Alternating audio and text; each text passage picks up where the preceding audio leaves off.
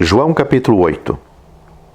Aqui o Espírito apresenta-nos o que Jesus é em si próprio e o que ele é em presença dos homens, pondo-os assim à prova, de modo que, rejeitando-o, eles rejeitam-se a si próprios e apresentam-se reprovados. Mas examinemos este capítulo mais detalhadamente. Sempre o mesmo contraste com o judaísmo. Trazem uma mulher culpada, sem dúvida alguma. A iniquidade dos judeus representa ao Senhor para o confundir. Se ele a condenasse, não era um salvador, não fazia mais do que cumprir a lei, mas se a deixasse ir, desprezava ou desconhecia a lei. Por muito maldosa que fosse a tentativa, não deixava de ser hábil. Mas que vale a habilidade do homem em presença de Deus, que sonda mentes e corações? O Senhor deixa-os comprometerem-se completamente na sua empresa. Não lhes responde logo. Provavelmente eles julgaram-no preso no laço que lhe tinham armado. Finalmente ele diz-lhes: aquele dentre vós que estiver sem pecado, seja o primeiro que atire pedra contra ela. Versículo 7. Condenados pelas suas próprias consciências, sem justiça e sem fé, eles deixam o lugar da sua confusão, separando-se uns dos outros, cada qual procurando consigo mesmo, com o seu caráter, que não com a sua consciência, e afastam-se daquele que os tinha convencido. Afastando-se, em primeiro lugar, os que tinham mais idade e maior reputação a conservar. Que triste quadro! E que poderosa palavra do Senhor! Jesus e a mulher ficam só. Quem poderá permanecer na presença do Senhor sem convicção de culpabilidade? A respeito da mulher, cuja culpabilidade era reconhecida, o Senhor não ultrapassa a posição em que a sua relação com o judaísmo colocava, exceto ao que concernia a conservação dos direitos que se ligavam à sua pessoa como vindo em graça. Ele não pronuncia aqui, como em Lucas 7, o perdão absoluto e a salvação. Os que tinham acusado a mulher não tinham podido condená-la. Ele não quer condená-la e manda em paz, dizendo-lhe: vai e não peques mais. Não é, portanto, a graça da salvação que o Senhor mostra aqui. Não julga, porque não veio para julgar. Mas a eficácia do perdão não é o tema dos capítulos que estudamos, é a glória da pessoa e do próprio Senhor em contraste com tudo o que é legal. Ele é a luz pelo poder da sua palavra. Por esta palavra, ele tinha operado como luz nas consciências daqueles que tinham trazido a mulher, porque esta palavra era luz. Mas isto não representa toda a verdade exerta neste capítulo. Vindo ao mundo, ele era luz. Conforme o capítulo 1, versículos 4 a 10, ora, era a luz e era a vida que era a luz dos homens. E não uma lei que exigia e condenava, ou que prometia a vida se observasse os seus preceitos. Era a própria vida que estava lá, na pessoa do Filho de Deus, do Verbo. E esta vida era a luz dos homens. Convencia-os e talvez os julgasse, mas fazia-o como luz. Por isso o Senhor diz, em contraste com a lei, trazida por aqueles que tinham recuado perante a luz: eu sou a luz do mundo, e não apenas dos judeus. Neste Evangelho temos o que Cristo é essencialmente na sua pessoa, seja como Deus, o Filho vindo do Pai, ou como Filho do homem. e não o que Deus era nas suas dispensações especiais para com os judeus. Ele era, sim, o objeto da fé da sua pessoa, na sua pessoa, e não nas suas relações dispensacionais. Quem me segue não andará nas trevas, pelo contrário, terá a luz da vida. Versículo 12. Mas era nele, na sua pessoa, que esta luz se encontrava. E ele podia prestar testemunho de si próprio, porque, embora ele fosse um homem no mundo, sabia de onde vinha e para onde ia. Ele era o filho que vinha do Pai e para lá voltava. Ele tinha conhecimento e consciência disso. Por isso, o seu testemunho não era o de um homem interessado, de modo que se pudesse hesitar em dar-lhe crédito.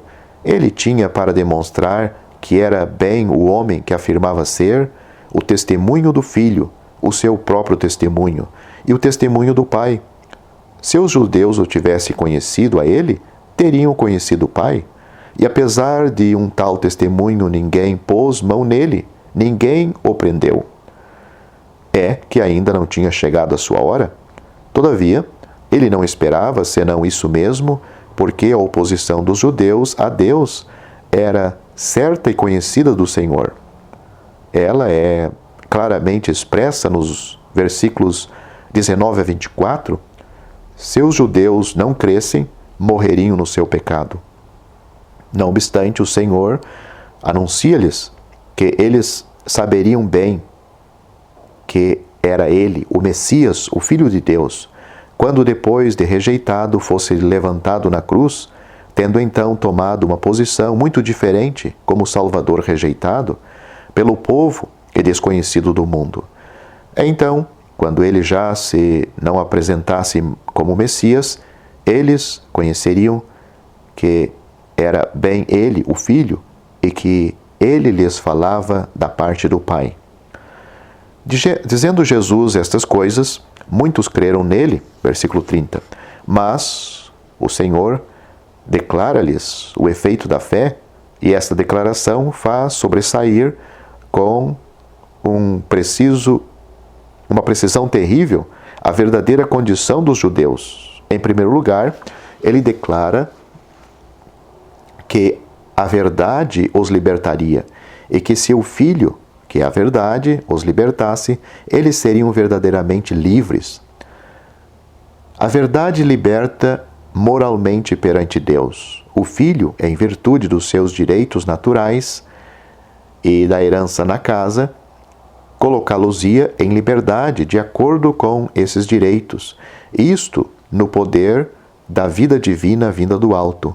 O Filho de Deus, com grande poder, a sua ressurreição o demonstrou. É nisto que se encontrava a verdadeira libertação.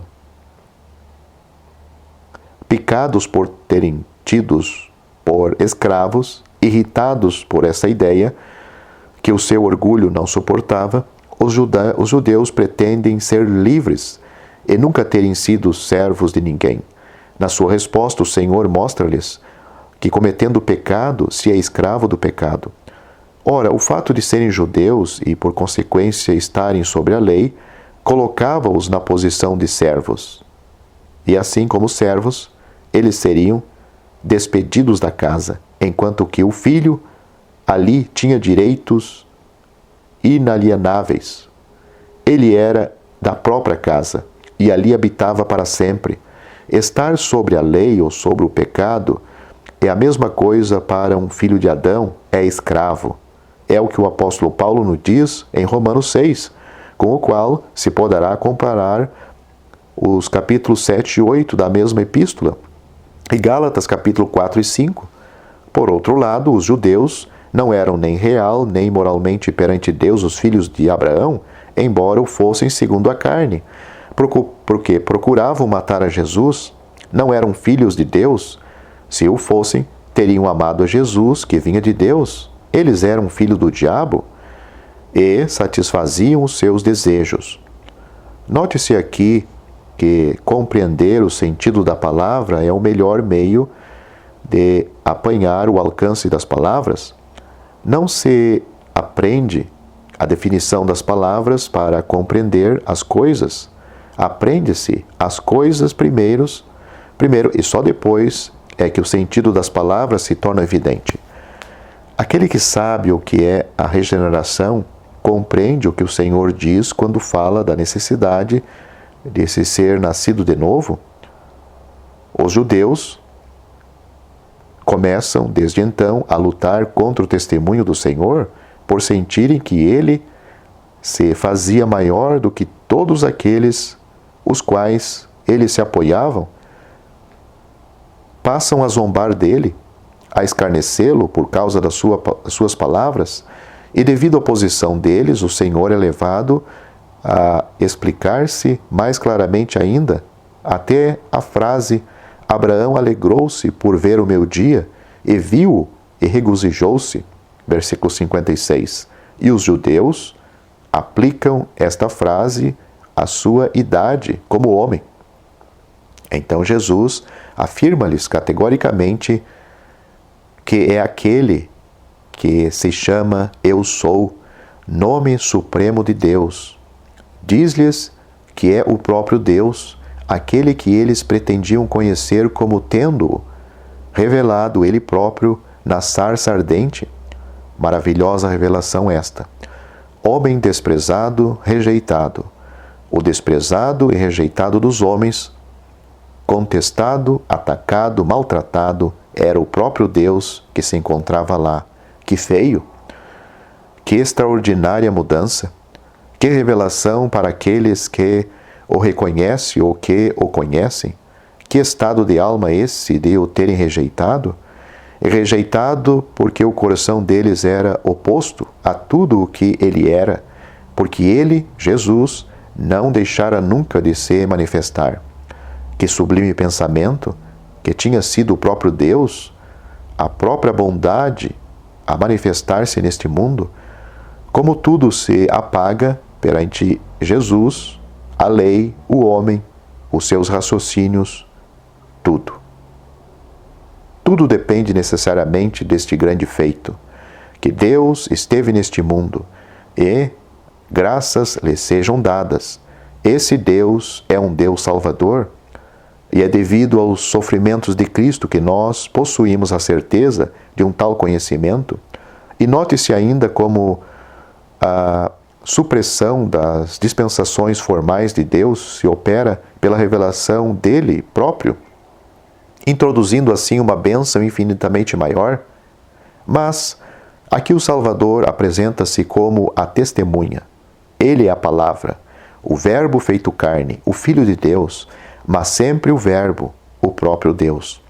Na narrativa que se encontra no princípio do capítulo, ele dirige o seu testemunho à consciência. Ele é a palavra que sonda e que convence. No versículo 18, presta testemunho juntamente com o Pai. No versículo 26, declara que aquele que o enviou é verdadeiro e que as coisas que dele recebeu, essas diz ao mundo. De resto, o Pai estava com ele. Pela sua palavra se conhecia a verdade, e a verdade libertava. Versículos 32 e 33. Os versículos 47 e 51, as suas palavras, são as palavras de Deus. A sua palavra, sendo guardada, preserva da morte. No versículo 58, vemos que o próprio Deus, o Eterno, a quem os pais conheceram, que fala. É Ele mesmo.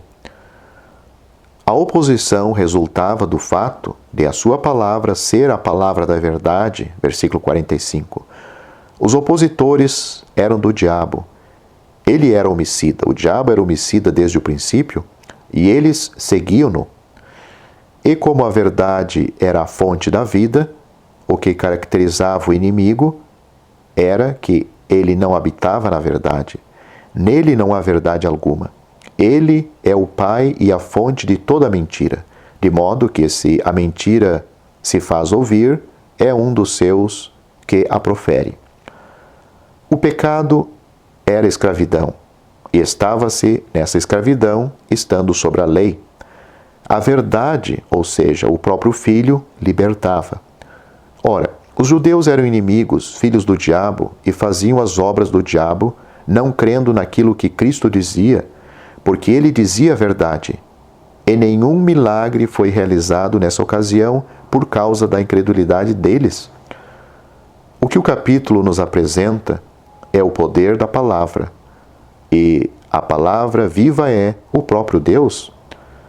Rejeitado pelos homens, ele é, por assim dizer, forçado a proclamar toda a verdade e a revelar-se, oculto e ao mesmo tempo manifestado como estava na carne, oculto quanto à sua glória, manifestado quanto a tudo aquilo que ele é na sua pessoa e na sua graça.